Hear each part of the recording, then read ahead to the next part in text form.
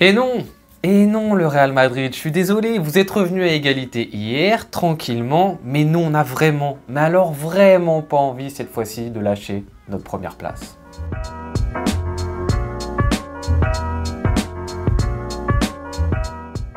Mesdames et messieurs, le Barça s'impose largement à la maison contre Gérone dans un match dans lequel, ok, on a connu peut-être 5 minutes de mini-doute, mais dans lequel le FC Barcelone a vraiment excellemment bien géré. Le match commence avec quelques petites déceptions. De mon côté, vous avez bien évidemment vu mon 11, le 11 que j'attendais personnellement. Je mettais sur le banc du Koundé, du Pedri, du Lamine Yamal. Alors je savais que Flick allait pas faire souffler les 3 en même temps, mais de là, aller mettre les 3 titulaires pour le match.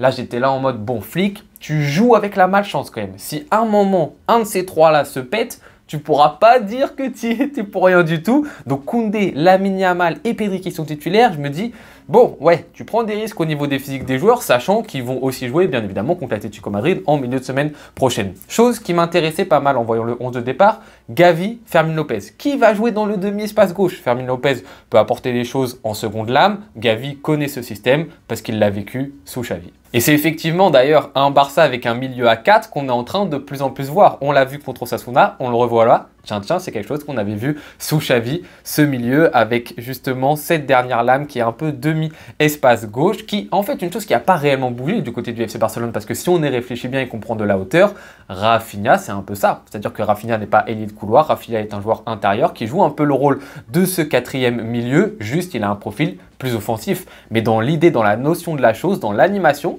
il n'y a pas non plus trop de différence. Mais ce n'est pas le sujet de cette vidéo. Le Barça donc qui fait vraiment une partie sérieuse contre Gérone. Et ce qui m'a vraiment plu, énormément plu, c'est la capacité du Barça à récupérer les ballons très rapidement et très haut sur le terrain. Un pressing excellemment bien réussi par le FC Barcelone. Je pense que c'est top 3 des matchs depuis le début de la saison dans ce registre-ci. Vraiment, on récupérait le ballon super rapidement et on le récupérait très haut. Sur la première mi-temps, j'ai très peu de souvenirs de Gérone qui joue dans notre camp. Hein. Vraiment, je pense qu'il y a moins de 5 fois où Gérone arrive à poser le ballon dans notre camp. Du coup, ça c'est très bien fait de la part du FC Barcelone, qui se permet de faire ça, justement, je pense, grâce au milieu qui était assez dense, Eric Garcia, Pedri, Fermin Lopez, Gavi, qui sont des joueurs intelligents et qui mettent de l'intensité aussi dans la récupération. Donc sur ce volet-là, vraiment, c'était super. Et ce qui est intéressant avec ce volet-ci, c'est que ça te rajoute vraiment de l'activité. Quand tu récupères le ballon vite, tu rapportes du dynamisme tout de suite. Alors tu peux avoir des difficultés, on va en parler juste après, notamment sur le couloir gauche,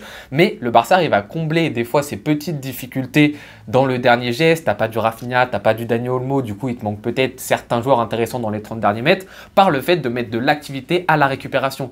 On accule justement cette équipe de Gérone en étant tout le temps au pressing et ils n'arrivent pas à s'en sortir. Le côté malheureusement un petit peu négatif du côté du FC Barcelone, c'est peut-être ce côté gauche. En fait, avec ce milieu à 4, la problématique, c'est que, en fait, finalement, comme depuis le début de la saison, le couloir, il est vraiment animé par l'arrière de côté, le latéral, qui est généralement Baldé. Baldé est en capacité, parce qu'il a un certain registre, d'animer le couloir à lui tout seul, des fois un petit peu épaulé par Rafinha. Là, quant à Gérard Martin, et Gérard Martin fait un bon match, j'ai pas du tout envie de critiquer Gérard Martin sur cette rencontre-ci, mais c'est pas la même activité offensive finalement qu'un Baldé, donc ça devient tout de suite un tout petit peu plus compliqué. Donc, pas de dangerosité du côté du FC Barcelone sur ce côté gauche, qui faisait qu'on avait vraiment que le côté droit, au bout d'un moment, Gérone, ils l'ont capté. Il n'empêche que le FC Barcelone va mener 1-0 juste avant la mi-temps, après un coup franc de Lamine Yamal. Coup franc va-t-il être accordé à Lamine Yamal? On ne sait pas encore. Ce qui est assez marrant, c'est que hier, le coup franc de Mbappé, qui devait être le premier coup franc de Mbappé dans sa carrière, selon moi, hein, c'est pas un coup franc direct. Ça reste que mon avis, vous pouvez être contre moi, mais c'est pas un coup franc direct de la part de Kylian. Alors que ce but de Lamine Yamal, ce coup franc qui au départ est un centre, hein, je pense que c'est un centre de la part de Lamine Yamal, doit peut-être, selon moi, ça reste que mon avis, être plus comptabilisé comme but, même si elle est déviée bien évidemment, que le but sur coup franc direct apparemment de Kylian Mbappé. Mais bon, 1-0 pour le FC Barcelone juste avant la mi-temps. Et malheureusement, le FC Barcelone n'a pas assez fait justement la différence en première mi-temps pour être totalement à l'abri et va se faire égaliser. Et là, c'est juste la petite période du doute du côté du FC Barcelone. Ce but qui intervient après une petite erreur d'Araujo et qui me fait un petit peu penser à ce qui s'était passé contre le Paris Saint-Germain. Alors ça se finit pas pour carton rouge pour Araujo, mais ça se termine par but pour Gérone. Perte de balle, un peu dans la même zone que contre le PSG, avec un pressing intelligent justement de Gérone, qui permet à Araujo de faire une relance, mais une relance qui n'est pas bonne de la part d'Araujo, parce que ça arrive pas bien dans les pieds de Lewandowski. Lewandowski certes perd son duel, mais si vous regardez bien, la passe de Araujo, elle est pas bien ajustée. Et donc après, Girona reprend le ballon, etc., va lancer son attaquant, Araujo est en retard et fait en sorte que le joueur de Girona ne soit pas hors jeu, mais pour moi, c'est pas ça la faute. C'est pas le fait d'être en retard par rapport au hors jeu, parce qu'il partait vraiment de très loin. La première problématique, c'est la relance de Araujo qui n'est pas juste. Et si on a dit que sur le volet des hors-jeu, Araujo était en capacité de s'améliorer, et il l'a fait sur les derniers matchs, en revanche, sur la capacité de s'améliorer sur la qualité technique et la qualité de passe, ça reste toujours en suspens. Là, on est un petit peu frustré du côté du Barça et on se dit mince, on aurait peut-être dû marquer plus de buts en première, un partout, c'est pas du tout mérité parce qu'ils n'ont aucune occasion en face, mais c'est le résultat à ce moment-là du match. Mais heureusement, le Barça se remet d'équerre instantanément, très rapidement, avec une belle action sur le côté gauche, justement initiée par Gerard Martin qui sert bien Gavi. Gavi envoie un super ballon pour une projection de Fermín López qui remet bien sa tête pour Lewandowski.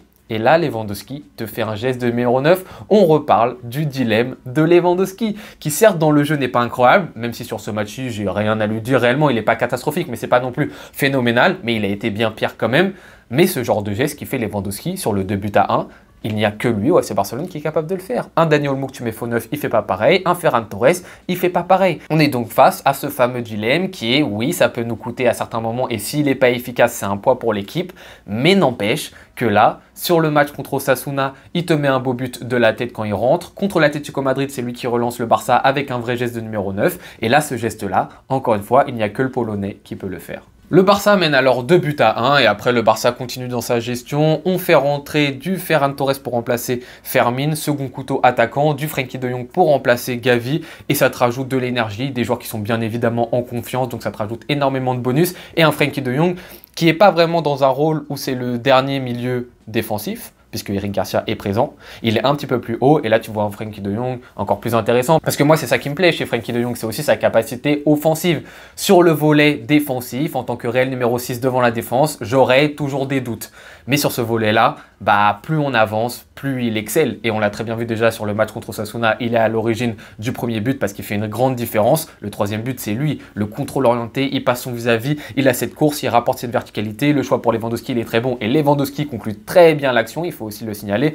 Mais voilà, Frenkie de Jong, il est pour lui, ce troisième but. Et moi, franchement, plus on avance, plus je me dis que finalement, Frenkie de Jong, ça va être, et ça peut être un cyborg sous anti-Flick. Là, cette première saison sous Flick, elle va être un peu tronquée parce qu'il est revenu en retard, il n'a pas fait la préparation, on se demandait toutes les semaines est-ce qu'il va jouer, est-ce qu'il va pas jouer, on ne connaissait pas trop les problématiques de sa blessure, même encore aujourd'hui, il y a certains matchs, il est incertain, en dernière minute, on voit qu'il n'est pas dans le 11 de l'équipe, il a certaines fatigues, certaines gênes, donc cette première saison, elle est tronquée, mais l'année prochaine, réellement, Frenkie de Jong, ça peut devenir un cyborg pour le FC Barcelone, parce qu'il peut être totalement adapté au style de Flick. C'est un joueur qui est un joueur de conservation, très intelligent dans les petits espaces, très intelligent tactiquement, mais qui peut aussi t'ajouter de la verticalité et qui le fait très bien, il le faisait déjà très bien à l'Ajax Amsterdam. Donc il a vraiment, selon moi, toute la palette pour pouvoir exploser sous Flick et encore plus l'année prochaine quand il va réellement être à 100% physiquement. Et donc à côté de cette belle rentrée de Frenkie, il y a la belle rentrée aussi de Ferran Torres qui va mettre ce quatrième but. Très beau quatrième but de Ferran Torres qui continue, hein. Il surfe, il marche à la confiance. Moi je sens que Ferran Torres à un moment, il l'a déjà fait, hein, contre Dortmund, etc. Il a mis des buts importants, mais je sens que la confiance de Ferran Torres, elle va être importante pour le Barça jusqu'à la fin de saison. D'avoir ce joueur-ci qui rentre, qui se bat, qui accepte son rôle de remplaçant, qui fait pas trop de bruit sur le banc, qui a sa mentale de requin, je sais pas quoi, etc. C'est que du positif pour le FC Barcelone. Et ouais, on est super content de l'avoir. Et quatrième but, ça fait plaisir pour le Barça. Gros score pour le Barça. Après le match aller, gros score contre Gérone. Match retour, gros score. Ils avaient fait la même chose contre nous l'année dernière. Donc là, on a pris notre revanche. MVP du soir, Lewandowski. Ça change un petit peu de Pedri, même si Pedri a encore fait une masterclass. Lamine Yamal aussi a fait un bon match. Franchement, ouais, il y a beaucoup de positifs. À part cette petite période de 5 minutes de doute du côté du Barça et cette petite erreur d'Araujo qui pose des questions sur bien évidemment la capacité d'Araujo à la relance. Le reste, c'est correct. On reprend 3 points d'avance sur le Real Madrid. On a désormais 9 points d'avance sur l'Atlético Madrid et ça va beaucoup jouer sur le match de Coupe du Roi retour qu'on va avoir à jouer mercredi. Et d'ailleurs, on va se retrouver pour une nouvelle vidéo pré-match, je pense, mardi midi pour aborder ce match contre l'Atlético Madrid. En attendant, les amis, je vous remercie beaucoup d'avoir regardé cette vidéo jusqu'au bout. Je vous souhaite très bonne journée ou bonne soirée en fonction de quand est-ce que vous la regardez. À tout bientôt. Ciao.